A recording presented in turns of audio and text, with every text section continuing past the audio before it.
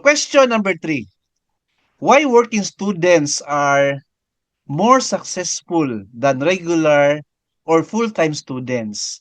What is your takeaway from that question, or do you agree with that question, Sid? I think 50-50 because being a working student is for me personally there's uh now almost different from being a full-time student.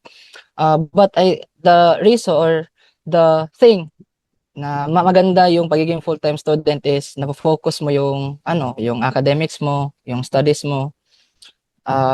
Yun walang kahati sa oras. Ang ano naman, ang positive ano naman ng pagiging working student is yung napo-provide mo na yung mga kinakailangan mo sa pag-aaral. You are helping your parents financially.